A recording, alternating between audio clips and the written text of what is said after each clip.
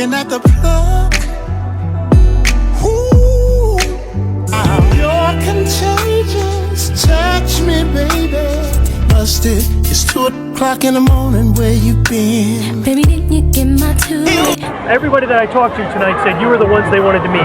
Wow, what a compliment. If you're a fan of 90s music, chances are you've grooved to the smooth tunes of the Isley Brothers, the legendary vocal trio consisting of O'Kelly, Rudolph, and Ronald Isly.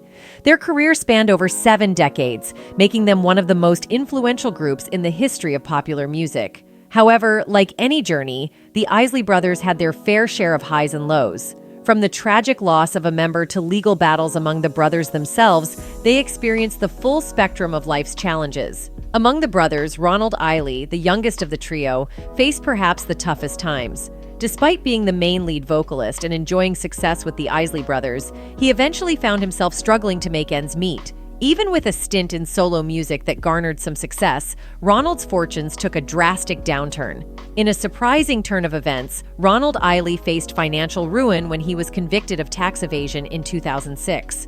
His tax troubles left him owing the IRS a staggering $3.1 million in back taxes, leading to a prison sentence of 3 years and 1 month. In 2005, Ronald Isly found himself in hot water when he was convicted of 5 counts of tax evasion and 1 count of willful failure to file a tax return. During a hearing in Los Angeles, his defense attorney, Anthony Alexander, made a plea for probation instead of prison time. Alexander cited Isly's health issues, including complications from a stroke and a recent battle with kidney cancer, as reasons for leniency. Alexander also pleaded for leniency because Isly had been attempting to pay down his IRS debt. He's been liquidating assets. He's been doing the things that he can, Alexander said. Despite Alexander's arguments, U.S. District Judge Dean Pregerson upheld the federal guidelines and declined to reduce Isly's sentence. The term serial tax avoider has been used. I think that's appropriate, Pregerson said. Prosecutors revealed during the trial that Isly had a history of dodging taxes over the past 3 decades. In 1997, after the IRS seized his assets, including his yacht and cars, Isly declared bankruptcy. He was discharged from bankruptcy 4 years later, but failed to file tax returns for the years 1997 to 2001. Additionally, in 2002, he neglected to sign his return and failed to pay the full amount owed in taxes. During the trial, Isly's defense attorney Alexander pointed to unfortunate circumstances, such as the deaths of 2 of Isly's accountants, which supposedly hindered Isly's ability to gather records and pay taxes during the years in question. Despite Alexander's arguments, Isly's sentence was upheld by the United States Court of Appeals for the Ninth Circuit. Isly served his time at the Federal Correctional Institution in Terre Haute, Indiana, and was set to be released on April 13, 2010. Following an early departure in October of that year, he was transferred to a halfway house in St. Louis, Dismas House. Upon completing his sentence, Isly was released from the halfway house on April 13, 2010. Despite his setbacks, Isly remained determined to move forward. In a post-release interview, he reflected on his 3 years in prison for tax evasion with a surprising lack of bitterness or anger, even expressing a hint of nostalgia at times. I made a lot of friends. I was treated like a king. I had all of the respect that one would want, and it's a part of that I miss. When I say I miss the people that I met, he said. When I first went in there were 300 people there, and those 300 people were behind me 100%. And when I say 100%, I really mean that, he added. What can we get for you? Do you need this? Do you need that? 24 hours a day, and that's a blessing. Isly's prison experience was probably a bit different from the average person incarcerated for a tax offense. But the Rock and Roll Hall of Famer didn't credit his good fortune to his legendary status. Instead, he credits a more potent factor. We have a lot of faith in God, number one, and we always know that He's with us, so that will carry you through anything, he said. That faith led Isly to believe there were better days ahead. While Isly's tax evasion may have been a significant mistake with serious consequences, it doesn't diminish his iconic status within his group. The Isley Brothers' journey began in Cincinnati, Ohio, where they were raised in the Lincoln Heights suburb before settling in the nearby town of Blue Ash during their teenage years. Their musical upbringing was heavily influenced by their parents, O'Kelly Isly Sr. and Sally, who nurtured their singing talents in church. Guided by their parents, the 4 Isly boys, O'Kelly Jr., Rudolph, Ronald, Ronnie, and Vernon, began performing together in 1954, drawing inspiration from renowned groups like Billy Ward and his Dominoes and the Dixie Hummingbirds. Their early success came when they won a competition on Ted Mack's Amateur Hour, earning a watch as their prize. With Vernon taking the lead vocals, the quartet embarked on a tour across the eastern United States, showcasing their talents in various churches. Tragedy struck when Vernon, just 13 years old, was fatally struck by a car while riding his bike in the neighborhood, leading to the disbandment of the trio.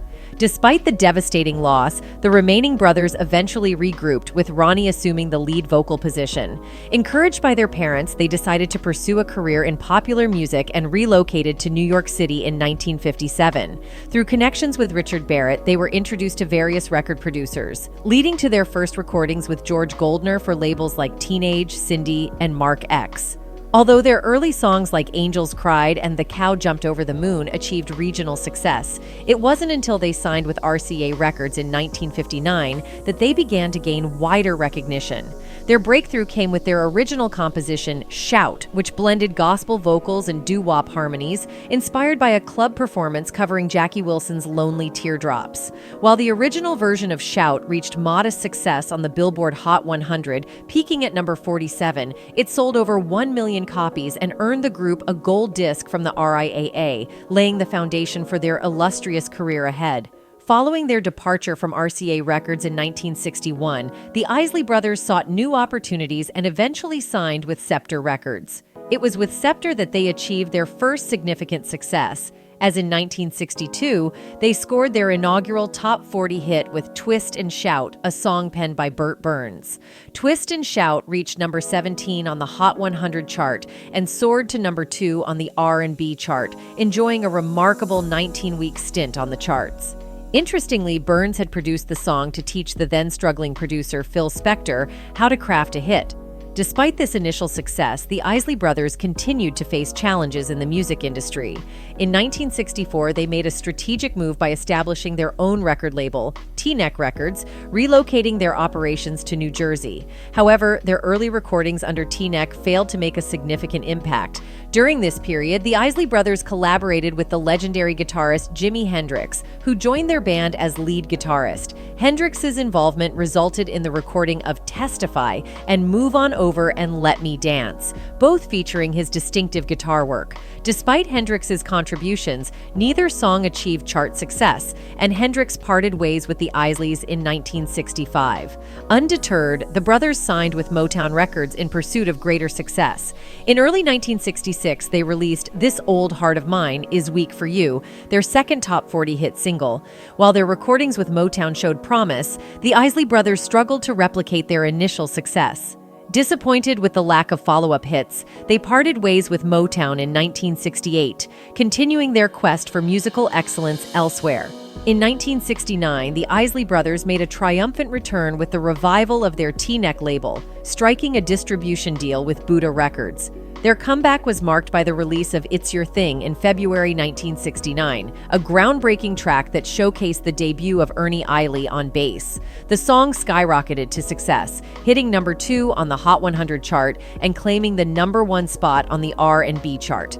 Not only did It's Your Thing become their biggest hit yet, but it also earned the brothers a Grammy Award, solidifying their status as music icons. The accompanying album, It's Our Thing, soared to number 22 on the Pop LP chart, further cementing the Isley Brothers' place in the music industry. However, the release of It's Your Thing sparked a feud between the Isleys and Motown, who claimed the group recorded the song while still under contract with them. A legal battle ensued, with a court ruling in favor of the Isleys in 1975.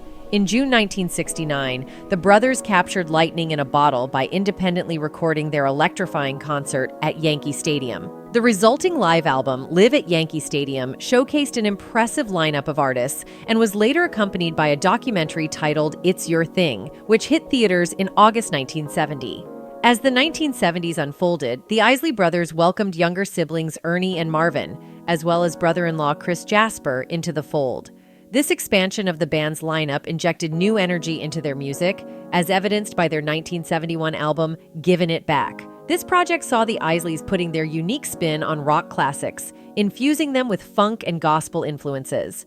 The addition of Ernie, Marvin, and Chris became even more prominent on the 1972 album Brother, Brother, Brother, which yielded several top 40 hits, including Love the One You're With and Pop That Thang. By 1973, the Isley Brothers had signed a distribution deal with Epic Records, making Ernie, Marvin, and Chris official members of the group.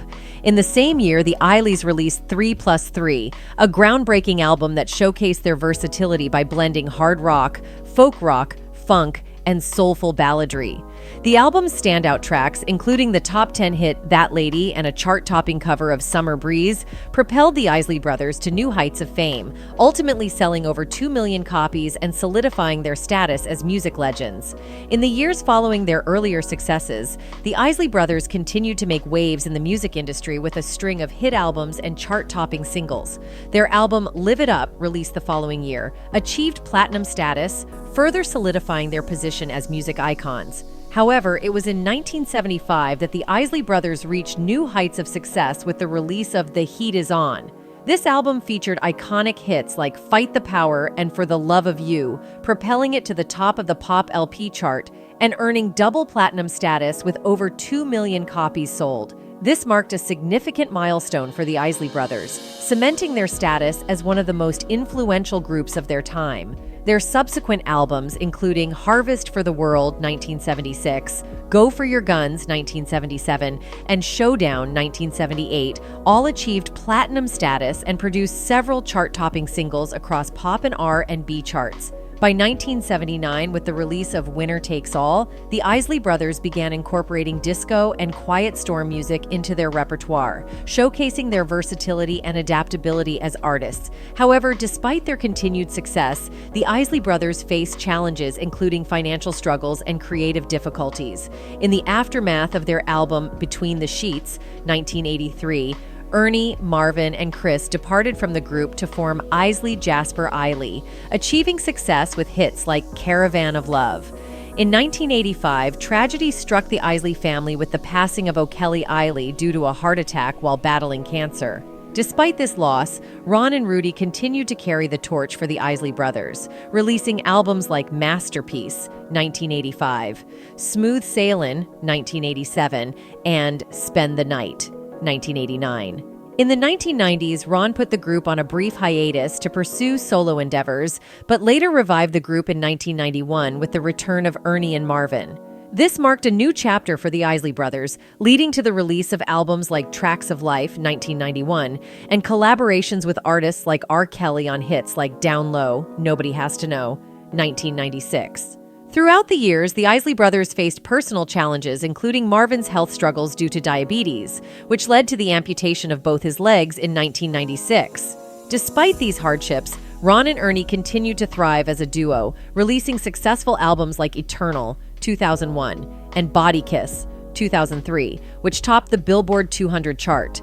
Their enduring legacy was further solidified with albums like Baby Makin' Music, 2006, and I'll Be Home for Christmas, 2007, showcasing their timeless appeal and enduring popularity across generations.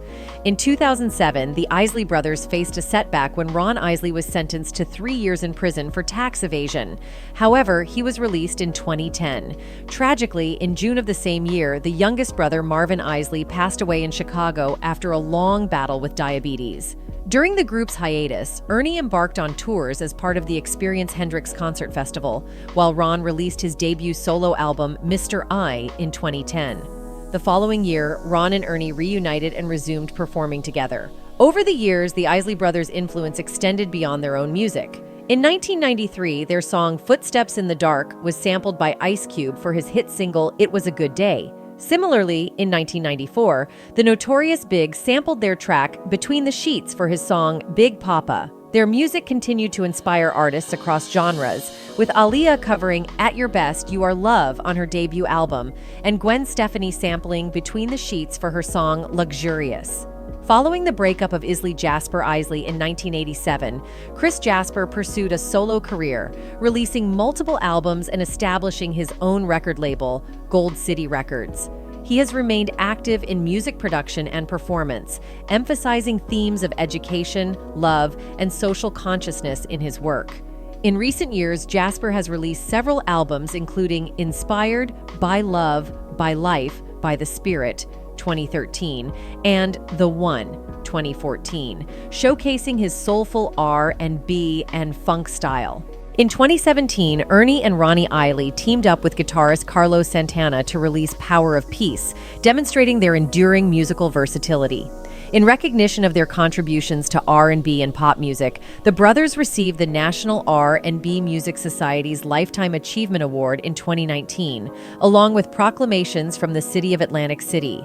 Additionally, they participated in a Versus battle with Earth, Wind, and Fire in 2021, celebrating their shared legacy in African American culture. Continuing their musical journey, the Isley Brothers released a new album titled Make Me Say It Again, Girl on September 30th, 2022, reaffirming their status as legendary figures in the music industry.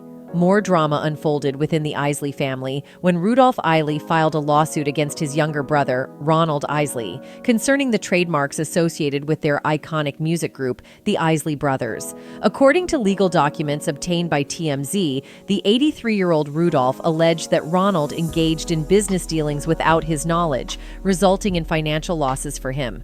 Rudolph claimed that Ronald's application to trademark the Isley Brothers name was approved in the previous summer, allowing him to profit from it without Rudolph's consent. In the lawsuit, Rudolph asserted that he and Ronald had previously agreed to split the band's profits evenly after the untimely death of their brother and bandmate O'Kelly in 1986. However, Rudolph claimed that Ronald violated this agreement by obtaining sole control over the band's name for various commercial purposes, including visual and audiovisual recordings featuring music and animation, without consulting him. As a result, Rudolph is seeking reimbursement for half of the earnings generated from the unauthorized use of the band's name.